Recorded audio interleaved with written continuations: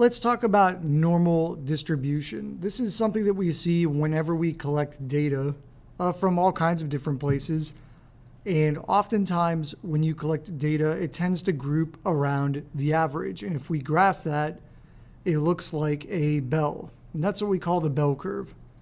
So there's actually a really nice trick that we can use using the bell curve to sort of make predictions and analyze data. So before we look into that, let's just discuss some key terms here that we're going to use, just so we all know what these mean. So the first one I'm going to talk about is the mean, or the average. And this is just the sum of all your terms divided by the number of terms. So we call that the average or the mean. And we also have a statistic symbol for this called a mu. It looks kind of like a U with a tail coming off the side. This is a Greek letter mu that just means average or mean. We also need to look at the standard deviation. This is a measurement of how far a group is spread out from that average, from the mean. And again, we have another statistical symbol that we use to mean standard deviation. So this is the Greek letter sigma, the lowercase sigma. This is the Greek letter mu. It looks kind of like an O with a little tail on that. And these are two symbols that you might not have seen before. So the mu is for average, the sigma is for standard deviation. The next important thing, the empirical rule. This is a nice little trick that we can use. So the empirical rule, you could sort of see that down here on the bell curve. So this is just saying 68% of data falls within one standard deviation of the mean. So down here, the mean is in the center. Going one standard deviation to the right is 34%.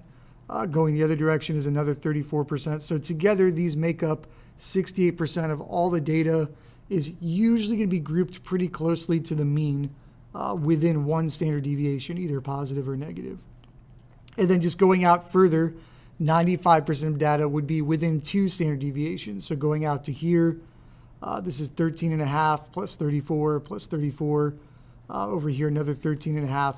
If I added all that together, it's usually going to be around 95% of the data, as long as the data is normally distributed. Okay, and we call this bell shape, we call this a bell curve. This is a graph of normal distribution, the bell curve. And the mean is centered inside. We can see that down here is the mu, or the mean. It's centered inside of these standard deviations. So what are some examples? What are some data sets that show a bell curve? For example, if I asked everybody what their height was, how tall are you? If I graph the heights, of a population, most people would tend to be an average height. Some people would be very tall. Some people would be short. But it tends to be a normal distribution, a bell curve. Or if I measured student test scores, this is also usually a bell curve. Most students probably have, a C or a B would be the average.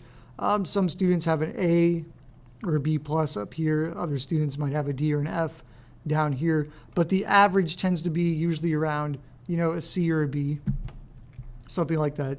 So it's fairly intuitive, nothing super crazy. You've probably thought about these things before, but maybe just not had the vocabulary to describe it. So let's look at some examples here, and I think things will fall into place. So my first example, a car manufacturer has been tracking the miles per gallon, or MPG, the rating of its new hybrid SUV. Their test is standardized to a normal model. That's why we have the bell curve down here. The mean is 35, or the average is 35, with a standard deviation of 2. And I'm asking you to label this graphed model to show these scores following the empirical rule, which we sometimes also call that the 68, 95, 99.7 rule. It's the same thing, the empirical rule, just because that's where the data lies. So we're going to graph this, or really it's already graphed for you. We're just going to label the graph. And we can use that to make some predictions about where most of this data will lie. All right, so right away, the mean is 35. I know that's going to be centered here. Here's our symbol for mean. So the 35 is going to go right there. The standard deviation is 2. So I'm really just counting up by 2s or counting down by 2s. So here's the 35. 35 plus 2 is 37. Plus 2 is 39. Plus 2 is 41. So this just means very few, 0.1% of these SUVs would have miles per gallon rating of 41. Most of them are going to be pretty average. Most of them will be by that mean of 35.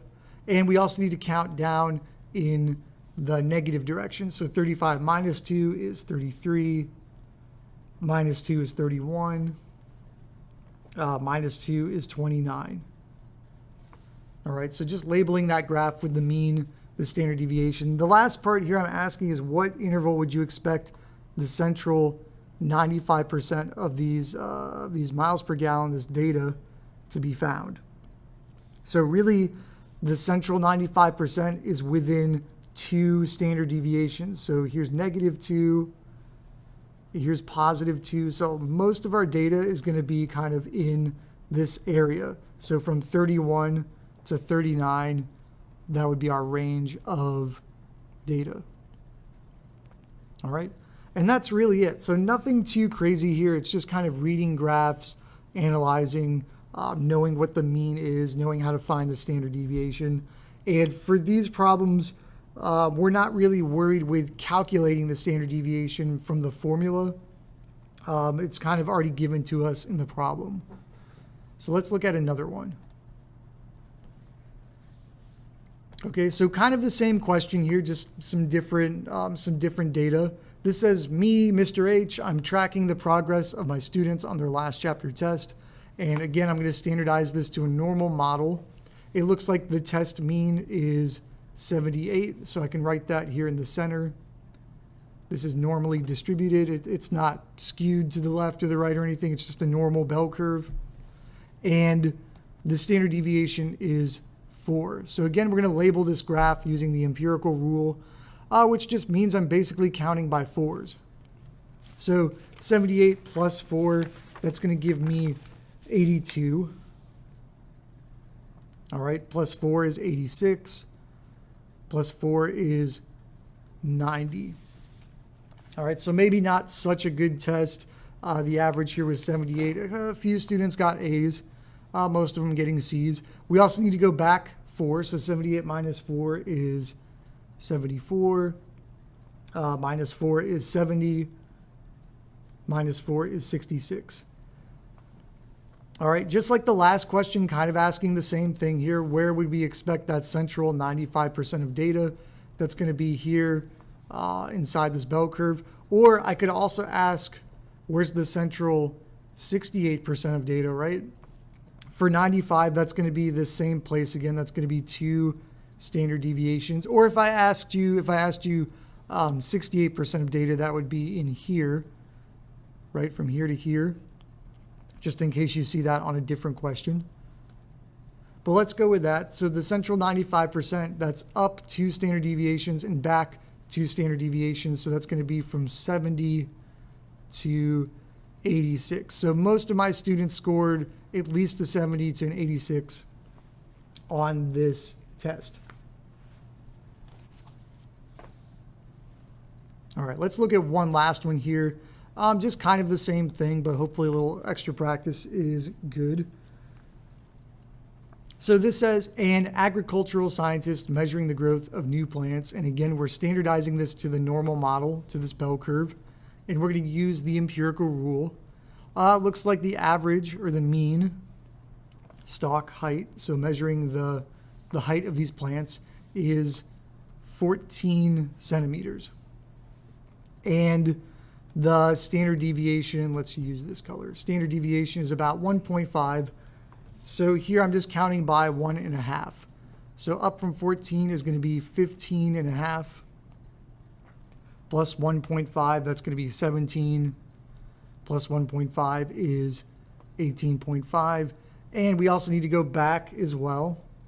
So this would be 12.5, 11, 9.5.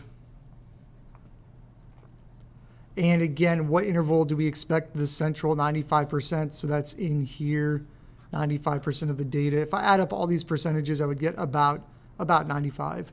So that's going to be within 2 standard deviations again. So the lower is 11, the upper is 17. All right, so we can expect most of these plants to be at least 11 centimeters tall, all the way up to 17 centimeters tall. All right, so that's basically it. I think what students usually struggle with here is we're learning some new symbols. It's difficult to see the mu and just know that means mean, or to see this lowercase sigma and just know that that is standard deviation. But besides that, the bell curve pretty much always looks like this. It always follows that empirical rule with the percentage of the data. All right, hope that helps you out.